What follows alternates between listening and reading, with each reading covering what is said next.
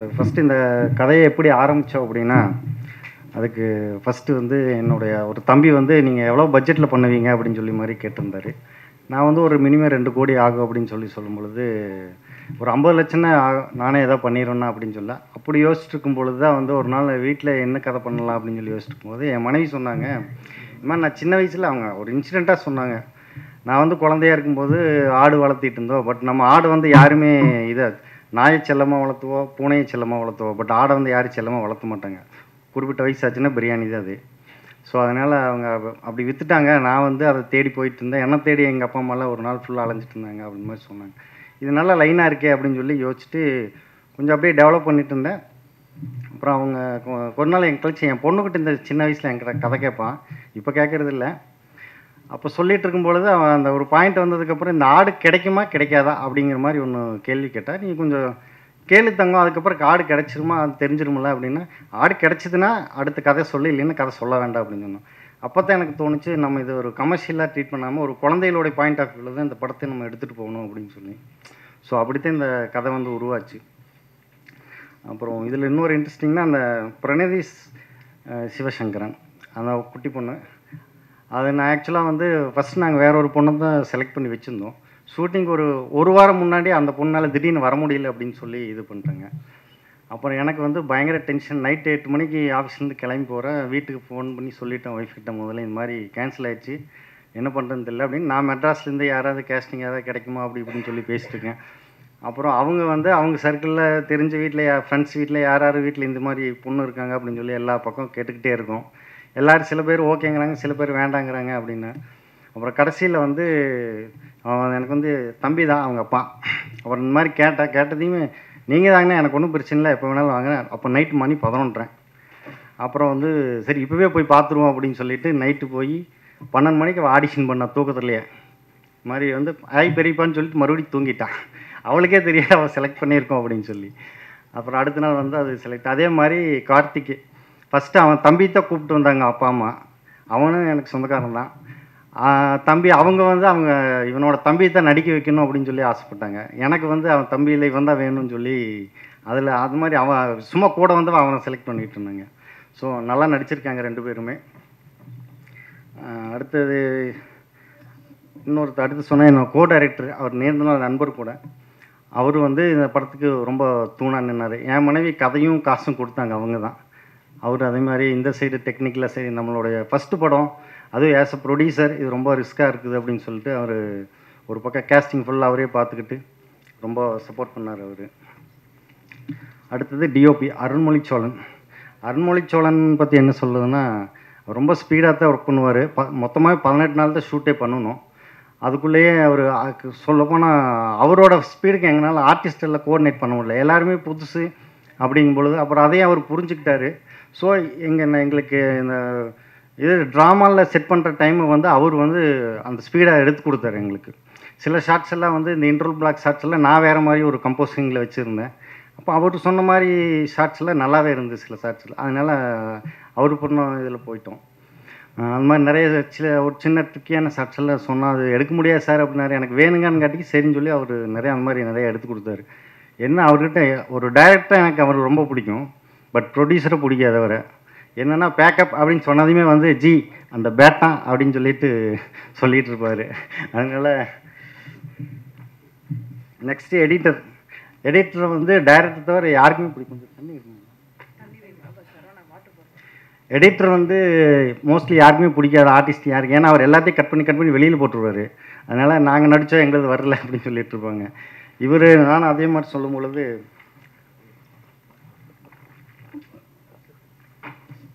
சில ஷாட்ஸ் எல்லாம் நம்ம அவ்வளோ கஷ்டப்பட்டு எடுத்திருப்போம். இவர் வந்து சார் அதில் ஒன்றுமே இல்லை சார் அப்படிம்பாரு. அப்புறம் ஒரு கட்டத்தில் அவர் புரிஞ்சுக்கிட்டாரு. எனக்கு இந்த ஷாட்ஸ் எல்லாம் வேணும். இந்த சீனில் இதுதான் கண்டென்ட்டு. இதை நீங்கள் எப்படியோ கட் பண்ணி கொடுங்க அப்படின்னு சொல்லி, சரிங்க சார் அப்படின்னு சொல்லிட்டு அவர் அந்த வேலையை கொஞ்சம் சிறப்பாக பண்ணி கொடுத்தாரு. அதுக்கப்புறம் கமல்குமார். அவர் இந்த படத்தில் ஹீரோவே இல்லைனாலும் இம்பார்ட்டன்ட் ரோல் அதுதான். அப்போ வந்து நான் சொன்னேன், இந்த மாதிரி இந்த குழந்தைக்கு தான் மெயினாக இது அப்படின்னு சொல்லும்போது, இல்லை ஜி அது எனக்கு அதை பற்றியெல்லாம் கவலை இல்லை. நீங்கள் சொல்கிறீங்க இம்பார்ட்டன்ட் ரோல் அப்படிங்கும்பொழுது நான் ஏன் அதை வந்து விடணும். குழந்தை படம் வந்தாலும் எனக்கு ஒன்றும் பிரச்சனை இல்லைன்னு அது மாதிரி அந்த ப்ரெஸ்டீஜ் எல்லாம் இல்லாமல் ரொம்ப சப்போர்ட் பண்ணி நடிச்சு கொடுத்தாரு. அதே மாதிரி வைத்தீஸ்வரி மேடம். அவங்க வந்து நான் ஃபஸ்ட்டு 4 நாள் ஷூட் போய் 5ஆவது நாள் தான் ஹீரோயின் கமிட் பண்ணுற மாதிரி சீன் எடுக்கிறோம். ஆனால் அந்த 4ஆவது நாள் சாயந்தரம் வரைக்கும் யார் அதில் நடிக்க போகிறாங்கன்னு எனக்கே தெரியாது. அது வரைக்கும் சர்ச் பண்ணிகிட்டே இருக்கிறோம். திடீர்னு அப்போ தான் வந்து ஒரு ஃப்ரெண்டு சொன்னார். அப்போ வந்தாங்க, சரி ஸ்பாட்டுக்கு வந்தாங்க, பார்த்து சரி நல்லா ஓகே அப்படின்னு சொல்லிட்டு அடுத்த நாள் ஷூட்டிங் வந்துட்டாங்க.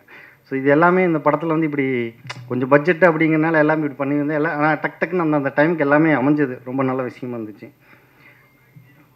அடுத்தது கார்த்திக்ராஜ் சார், அது ஒரு இன்ட்ரெஸ்டிங்.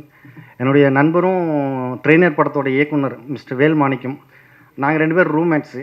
அப்போது நான் அந்த படம் முடிச்சுட்டு மியூசிக் யார் போகலாம், ஏன்னா நானும் புதுசு, எல்லா டெக்னீஷியனுமே புதுசாக இருக்காங்க. நம்ம படத்துக்கு யாராவது ஒருத்தர் ப்ரொமோஷனுக்காக நல்லா இருக்கணும், கொஞ்சம் நல்லா மியூசிக் வேணும், உணர்வுபூர்வமாக இருக்குன்னு சொல்லி யோசிக்கும் பொழுது அப்போ அவரோட படத்துக்கு கார்த்திக்ராஜா சார் வந்து மியூசிக் போயிட்டுருக்கு. அப்புறம் இவர் வந்து கேட்டார், சார் நம்ம கேட்டு பார்க்கலாமா அவர்கிட்ட. சார் அவர் பட்ஜெட்டுக்கு நம்மளாம் தாங்காது அப்படின்னு சொன்னேன். இல்லை சார் கேட்டு பார்க்குறோம், நான் உங்களுக்கு பண்ணி வாங்க போகலான்ட்டு. அப்புறம் போனோம். அப்புறம் கார்த்திக்ராஜா சார் வந்து பார்த்துட்டு இது மாதிரி நண்பர் சார் ரொம்ப சிரமப்பட்டு எடுத்திருக்காரு ஒரு சின்ன படம் அப்படின்னு. அப்புறம் ஃபஸ்ட்டு என்கிட்ட அவர் சரி லைன் சொல்லுங்கள் அப்படின்னாரு. லைன் சொன்னதையும் நான் சொன்னதையுமே என் மகன் என்கிட்ட ஒரு கேள்வி கேட்டால அதே கேள்வி தான் அவரும் கேட்டார். கடைசியில் ஆடு கிடைக்குமா கிடைக்காதா அப்படின்னு சொல்லி சொன்னார். இல்லை சார் கிடச்சிரும் சார் அப்படின்னா. அப்படியா, ஓகே, அப்படின்னா எனக்கு படம் ஃபுட்டேஜ் கொடுத்துட்டு போங்க, நான் பார்த்துட்டு உங்களுக்கு சொல்கிறேன் அப்படின்னாரு. அப்புறம் ஒரு 2 days 3 days வந்து அவர்கிட்ட ஃபோனே வரல. எனக்கு ஒரு மாதிரி டென்ஷனு. அப்போ நான் கேட்டேன் மாணிக்கம், சரி நம்ம வேறு ஏதாவது பார்க்கலாமா அப்படின்னு. இல்லை சார் என் படத்து வேலையை நான் இப்போ போக வேண்டியது இருக்குது, நீங்களும் கூட வாங்க, நேரில் பார்த்தா எதாவது சொல்லுவார் அப்படின்னு. அப்புறம் போகிறப்ப அவர் கொஞ்சம் அவசரமாக கிளம்பிக்கிட்டு இருந்தார். கிளம்பிட்டு இருக்கும் பொழுது இவர் படத்தோட இதெல்லாம் முடிச்சுட்டு கேட்டார். அப்புறம் என்ன கேட்கும் பொழுது, சார் அந்த புஜ்ஜியாட்டு அனுப்பட்டி அந்த படத்தோட இது சார் அப்படின்னு. அது நான் பண்ணித்தரேன், ஒன்றும் பிரச்சனையே இல்லை அப்படின்னு சொல்லிட்டாரு. அப்புறம் நான் சார் பேமெண்ட்டு விடுங்க, அதெல்லாம் அப்புறம் பார்த்துக்கலாம் மெதுவாக, முதல் படம் எனக்கு ரொம்ப அனுபவபூர்வமாக இருக்குது, எனக்கு ரொம்ப பிடிச்சிது, அதனால் பேமெண்ட்டெல்லாம் அது பிரச்சனை இல்லை, நான் ஃப்ரீயாகவே பண்ணி கொடுத்துட்றேன், இவங்களுக்கு மட்டும் டெக்னீஷியன்ஸ் மட்டும் ஏதாவது நீங்கள் பார்த்து கொடுத்துருங்க அப்படின்னு சொல்லி சொன்னார். அந்த டைமில் எனக்கு பணம் இல்லை, பட் அது வந்து பெரிய சப்போர்ட் இருந்தது அந்த ராஜேஷ் சார் பண்ணது எனக்கு.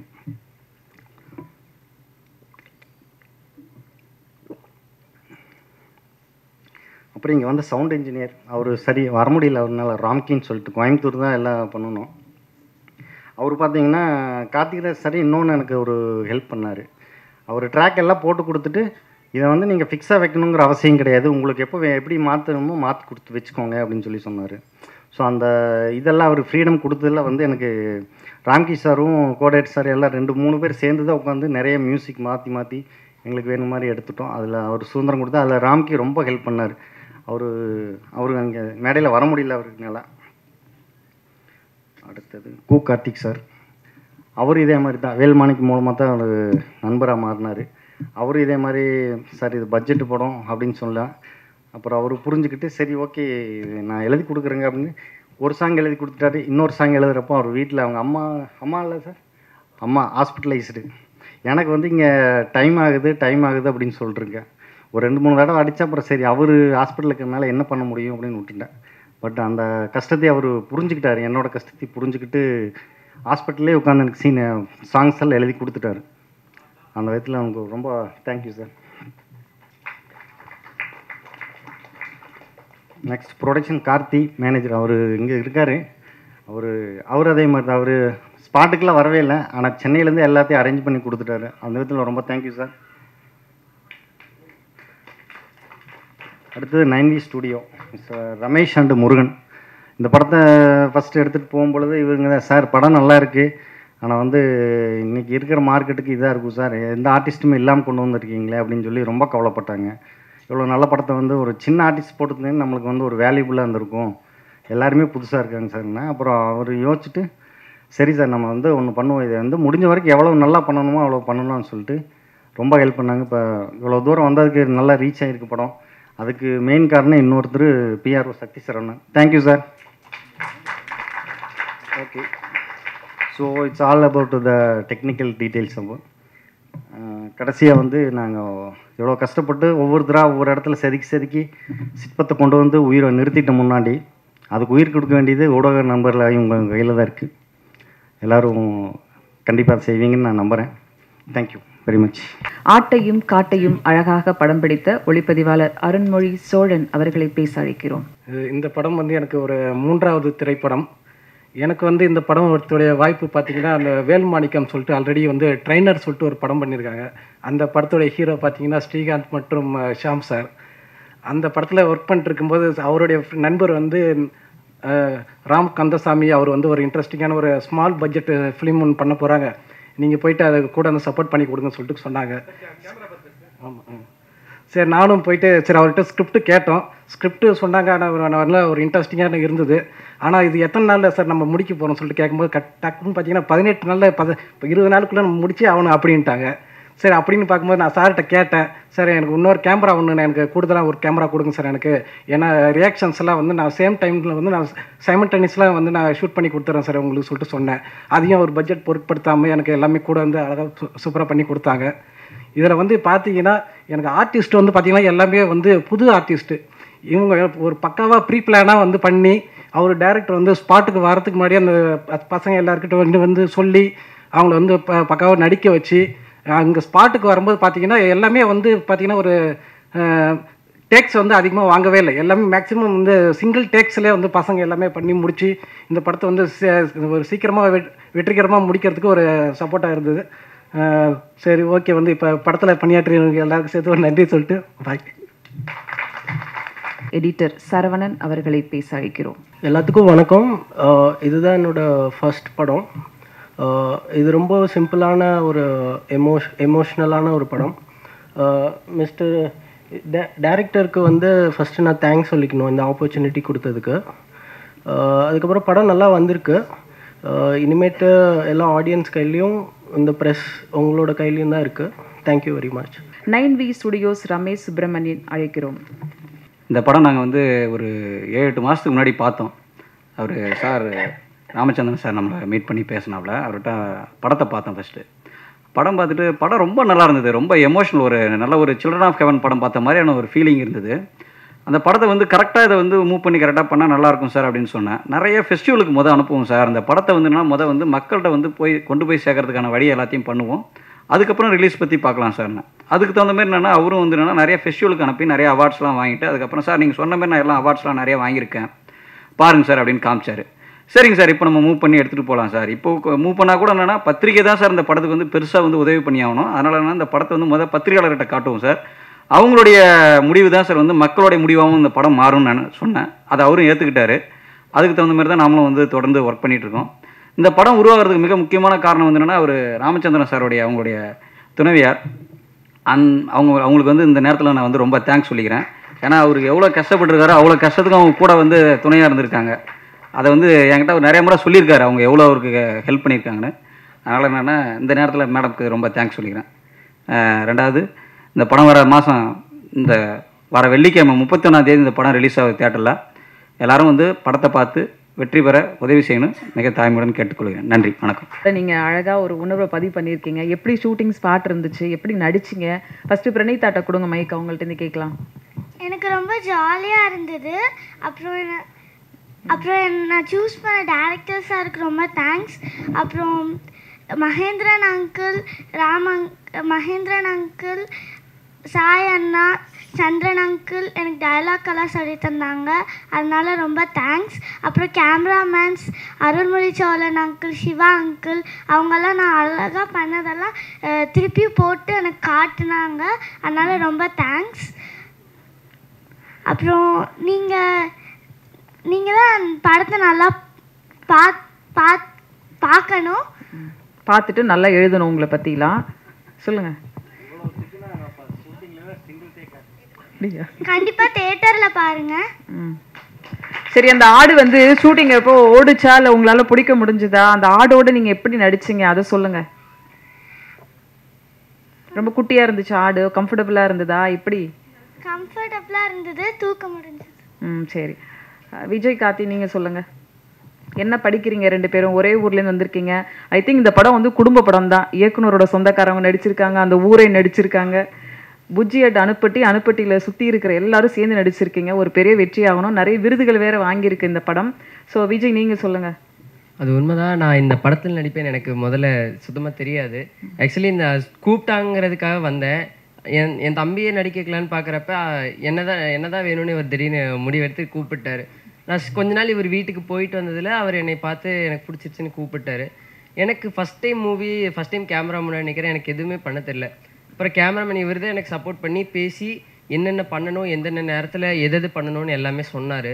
அதுக்கப்புறம் அந்த ஆடு நல்லா தான் கம்ஃபர்டபுளாக தான் இருந்துச்சு. ஆனால் அது துள்ளி துள்ளி ஓட ஆரம்பிச்சிருச்சு. சின்ன ஆடை விட பெரிய ஆடு பயங்கர விளையாட்டுக்கு ஆரம்பிச்சிருந்துச்சு எங்களுக்கு. அது கூட பண்ணுறப்ப எங்களுக்கு ஜாலியாக தான் இருந்துச்சு.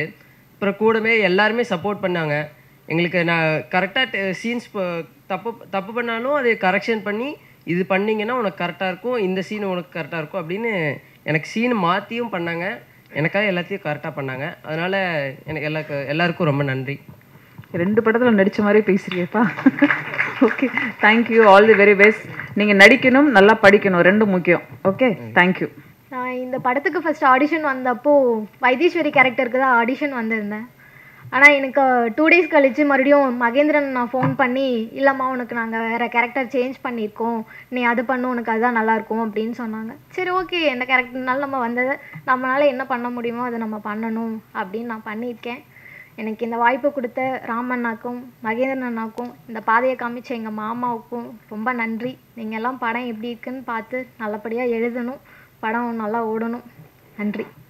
புஜ்ஜி அட் அனுப்பட்டி இந்த திரைப்படத்தின் பத்திரிகை நிகழ்ச்சிக்கு வந்திருக்கும் அனைவருக்கும் என்னுடைய வணக்கம். மேடையில் அமர்ந்திருக்கும் வருங்கால super star, lady super star அவங்களுக்கும் வணக்கம். குழந்தை நட்சத்திரங்கள். ஸோ இந்த புஜ்ஜியட் அனுப்பட்டி வந்து இதோட எக்ஸ்பீரியன்ஸே ஒரு புதுவிதமாக இருந்தது எங்களுக்கு. ஸோ முதல்ல சார் வந்து எனக்கு ட்ரெயினர் சார் வேல்மாணிக்கம் சாரோட ட்ரெயினர் படத்தில் நான் பாடல் எழுதிட்டு இருந்தேன். அப்போது அவர் வந்து சார் ராமச்சந்திரன் சார் வந்து எனக்கு இன்ட்ரொடியூஸ் பண்ணார். இந்த மாதிரி ஒரு பாடல் எழுதணும் அப்படின்னு சொல்லி கூப்பிட்டுருந்தாங்க. ஸோ கார்த்திக் ராஜா சார் மியூசிக் தான் அவரோட மியூசிக்கில் நான் ஃபஸ்ட்டு ஒர்க் பண்ண படம் ட்ரெயினர். ஸோ அப்படி ஒர்க் பண்ண போகும்போது ஃபஸ்ட்டு கம்போசிங் வந்து இளையராஜா சார் வீட்டில் நடந்தது. ஸோ அது ரொம்ப ஒரு பாசிட்டிவான விஷயமா இருந்தது. ஸோ கம்போசிங்லாம் முடிச்செல்லாம் பண்ணதுக்கப்புறம் திடீர்னு எங்கள் மதருக்கு வந்து உடல்நிலை சரியில்லாதனால நான் கோவை போயிட்டேன். ஸோ அதுக்கப்புறமா சாருடைய சுச்சுவேஷன் வந்து ரெக்கார்டிங் போகணும், எல்லாம் பண்ணணுன்றதுனால, ஷூட் பண்ணணுன்றதுக்காக சீக்கிரமாக அந்த சாங் வேலைகளெல்லாம் வந்தது. ஸோ ஹாஸ்பிட்டல்லே உட்காந்து எழுதக்கூடிய ஒரு சூழல் இருந்தது. ஸோ அந்த மாதிரி அங்கேருந்து எழுதி கொடுத்துட்டு அப்புறம் சென்னை வந்ததுக்கப்புறம் ஒரு நாள் கார்த்திக் ராஜா சார் திடீர்னு வந்து கால் பண்ணார். உடனே நீங்கள் ஸ்டுடியோவுக்கு வாங்க அப்படின்னு சொன்னார். சரி ஓகே, ரெக்கார்டிங் வைக்க போகிறாங்க போல் இருக்குது, இப்போது எப்படியும் ரெக்கார்டிங் போய் இருக்கணும், லிரிக்ஸ் கரெக்ஷன் இருக்கும் அப்படின்றதுக்காக நான் கோடம்பாக்கம் ராஜா சார் ஸ்டுடியோவுக்கு போனேன். ஸோ போனதுக்கப்புறம் நாங்கள் ஒரு ஐடியா பண்ணியிருக்கோம் அப்படின்னு, என்ன நீங்களே இந்த பாட்டை பாடிடுங்க அப்படின்னாரு. எனக்கு அப்படியே ஒரு ஷாக்காக இருந்தது. ஏன்னா ஆக்சுவலி முறையாக இசையை கற்றுக்கிட்டு ஒரு ட்ராக் எல்லாமே பாடிட்டு இருந்த ஒரு ஆள் தான். ஸோ அதனால் சாருக்கு வந்து நான் சும்மா பாடி காட்டும் போதே அவரோட வாய்ஸை பார்த்துட்டு இந்த பாட்டு கரெக்டாக இருக்கும் பாடுங்க அப்படின்னு சொல்லி ஒரு பொங்கல் சாங் ஒன்று சொன்னார். ஸோ அந்த சாங் ரொம்ப எனக்கே வந்து ஒரு, ஏன்னா முதல் முறையாக பாட போகிறேன், அதுவும் கார்த்திக் ராஜா சார் ஒரு மியூசிக்கில் பாடுறேன், அதுவும் இல்லாமல் இளையராஜா சார் ஸ்டுடியோவில் அதை பாடுறேன்னும் போது ஒரு பெரிய ஒரு பிளெஸ்ஸிங் மாதிரி இருந்தது. ஸோ அது இந்த படத்தில் நடந்த ஒரு மேஜிக். ஸோ அதுக்கும் வந்து நான் ராமச்சந்திரன் சாருக்கு தான் நன்றி சொல்லணும். ஏன்னா அவர் படத்தில் நான் பாடலாசிரியர் ஒரு 200 பாடல்கள் எழுதியிருக்கேன், எல்லாம் தாண்டி முதல் முறையாக பாடியிருக்கேன் இந்த படத்தில். ஸோ சாருக்கு ஒரு என்னுடைய மனமார்ந்த நன்றிகள். மேலும் இன்னொன்று பார்த்தீங்கன்னா, இந்த ட்ரெய்லர்லாம் பார்த்துருப்பீங்கன்னு நினைக்கிறேன். குழந்தைகள் ஃபுல்லாக குழந்தைகள் சூழல், ஆட்டுக்குட்டி, இந்த சூழல்லாம் பார்த்தீங்கன்னா நான் கோயம்புத்தூர்லேயே இருந்ததுனால, கோயம்புத்தூர் ஊட்டி இந்த மாதிரி வசித்து எங்களுடைய பூர்வீகம் அப்படி இருந்ததுனால எனக்கு அது தெரியும். ஸோ பசங்க வந்து ஆட்டுக்குட்டி கூட விளையாடுறது இதெல்லாம் வந்து ஒரு அற்புதமான விஷயம். அதை வந்து சமீப காலமாக நம்ம எந்த திரைப்படத்துலையும் அந்த மாதிரி ஒரு காட்சிகளை நம்ம பார்க்கக்கூடிய சூழ்நிலை இருந்திருக்காது. முதல் முறையாக வந்து குழந்தைகளோட குடும்பங்களோட தேட்டருக்கு வந்து இந்த மாதிரி ஒரு சூழல்கள் எல்லாம் அனுபவிக்கக்கூடிய ஒரு வாய்ப்பு வந்து புஜ்ஜியட் அனுப்பட்டின்ற ஒரு படம் நமக்கு கொடுத்துருக்கு. கண்டிப்பாக வந்து இந்த விஷயங்கள், இந்த குழந்தைகளுக்கு உண்டான ஒரு களம் இருக்குன்றதை வந்து கண்டிப்பாக பத்திரிகை ஊடக நண்பர்களை நீங்கள் வந்து இதை எழுதி இதை மக்களை தேட்டருக்கு கொண்டு வரணும். அவங்க பார்த்துட்டாங்கன்னா கண்டிப்பாக அவங்க குழந்தைகள் வந்து இப்போ செல்ஃபோன்லேயே இருக்கிறாங்க அப்படின்றதெல்லாம் தாண்டி இப்போ இந்த மாதிரி விளையாடக்கூடிய ஒரு ஆர்வத்தை தூண்டக்கூடிய ஒரு படமாக கூட இது இருக்கும். ஸோ இது வந்து ஒரு முக்கியமான படமாக நான் கருதுகிறேன். ஸோ இந்த மாதிரி படத்துக்கு நம்ம எல்லாருமே சப்போர்ட் பண்ணணும். மேலும் இந்த படத்தில் எனக்கு வாய்ப்பு தந்த கார்த்திக் ராஜா சார், அவரை பற்றி பேசி ஆகணும். கம்போசிங்லேயே சரி, டக்கு டக்குன்னு டியூன் போட்டுகிட்டே இருக்காரு. இவ்வளோ நான் அப்படியே வியந்து போயிட்டேன், இப்படி ஒரு டேலண்டா அப்படின்னு சொல்லிட்டு. ஸோ அந்த மாதிரி ஒரு சார் வந்து இன்றைக்கி ஃபங்க்ஷன் வரல, இருந்தாலும் அவருக்கு என்னுடைய மனமார்ந்த நன்றிகள். மேலும் இந்த படக்குழு அனைவருக்கும் இங்கே இந்த டெக்னீஷியன்ஸ் எல்லாருக்குமே வந்து என்னுடைய வாழ்த்துக்களும் நன்றியும் நான் தெரிவித்துக் கொள்கிறேன். மேலும் மக்கள் வந்து எல்லாருமே இந்த படத்தை தியேட்டருக்கு வந்து பார்த்து, குழந்தைகளோட வந்து பார்த்து, ஏன்னா சரியான டைமில் ரிலீஸ் ஆகிருக்கு May 31. ஸோ எல்லோரும் குழந்தைகளோட வந்து பார்த்து இந்த இந்த இந்த இந்த ஒரு கதைக்களத்தை இருக்கிற அந்த சூழலை வந்து அனுபவித்து எல்லாருமே சப்போர்ட் பண்ணணும்னு சொல்லி நான் அன்போடு கேட்டுக்கொள்கிறேன். இந்த வாய்ப்புக்கு நன்றி.